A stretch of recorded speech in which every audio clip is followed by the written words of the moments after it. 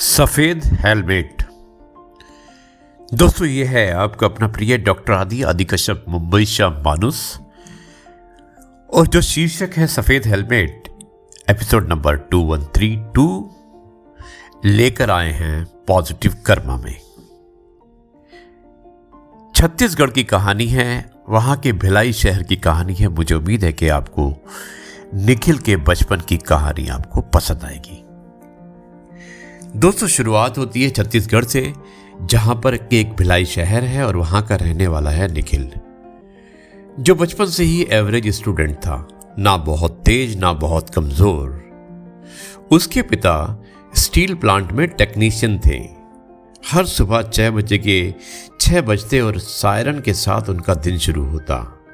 घर में हमेशा एक ही नियम था कि जो काम हाथ में लो उसे पूरा करो। 12वीं के बाद निखिल ने डिप्लोमा इंजीनियरिंग में दाखिला लिया। पहले साल में सब कुछ ठीक चला, लेकिन दूसरे साल में एक प्रैक्टिकल एग्जाम में वो फेल हो गया। उसके लिए ये सिर्फ एक विषय नहीं था, ये उसके आत्मविश्वास की नींव थी। दोस्त आगे बढ़ गए, उसे 1 साल रुकना पड़ा। उस दिन वो प्लांट के गेट नंबर 3 के पास खड़ा था। शाम की शिफ्ट खत्म हुई थी।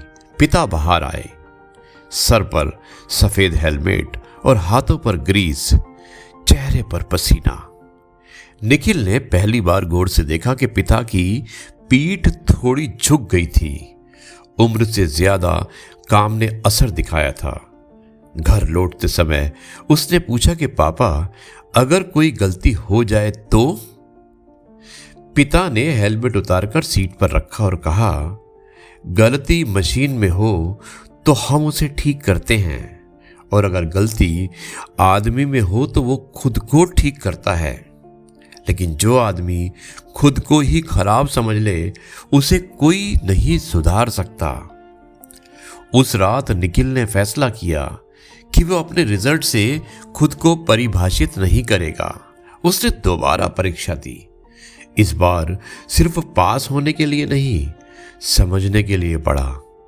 धीरे धीरे उसे समझ आया, इंजीनियरिंग सिर्फ किताब नहीं है, वो एक रेस्पॉन्सिबिलिटी है। डिप्लोमा पूरा करने के बाद उसे उसी प्लांट में अप्रेंटिस की नौकरी मिली।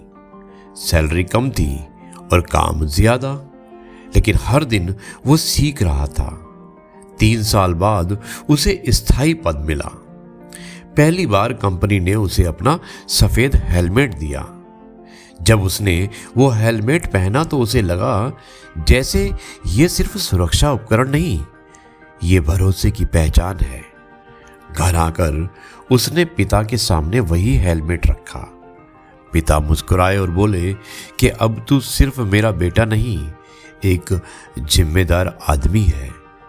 निखिल ने महसूस किया कि सफलता अचानक नहीं आती, वो रोज रोज की छोटी छोटी जिम्मेदारियों से बनती है। आज वो नए अप्रेंटिस को एक बात जरूर कहता है कि रिजल्ट गिर सकता है, लेकिन आदमी गिरकर उठे तो वही असली इंजीनियर है। दोस्तों, एक असफलता या एक फेलुअर आपकी योग्यता का प्रमाण नहीं होता, वो आपकी तैयारी का संकेत होता है। सफेद हेलमेट सिर्फ सुरक्षा नहीं देता, वो जिम्मेदारी का प्रतीक है। जब आप खुद को सुधारने का निर्णय लेते हैं, तभी असली उन्नति शुरू होती है। क्योंकि जीवन में सबसे बड़ा पद वो नहीं जो आपको कंपनी देती है, बल्कि वो है जो आप खुद को देते हैं, आत्म सम्मान का, सेल्फ रिस्पेक्ट का। जब तक आप खुद को बेकार नहीं मानते, दुनिया भी आपको कम नहीं आंक सकती। इसलिए आप हमेशा अपने को बेस्ट बनाकर रखिए। यही था मैसेज आज की कहानी सफेद हेलमेट का। मुझे उम्मीद है कि आपको कहानी पसंद आई होगी। सॉरी।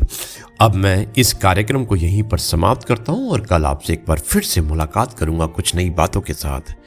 तब तक के लिए आपसे कहता हूं, जय गुरु जी, शुक्राना गुरु जी।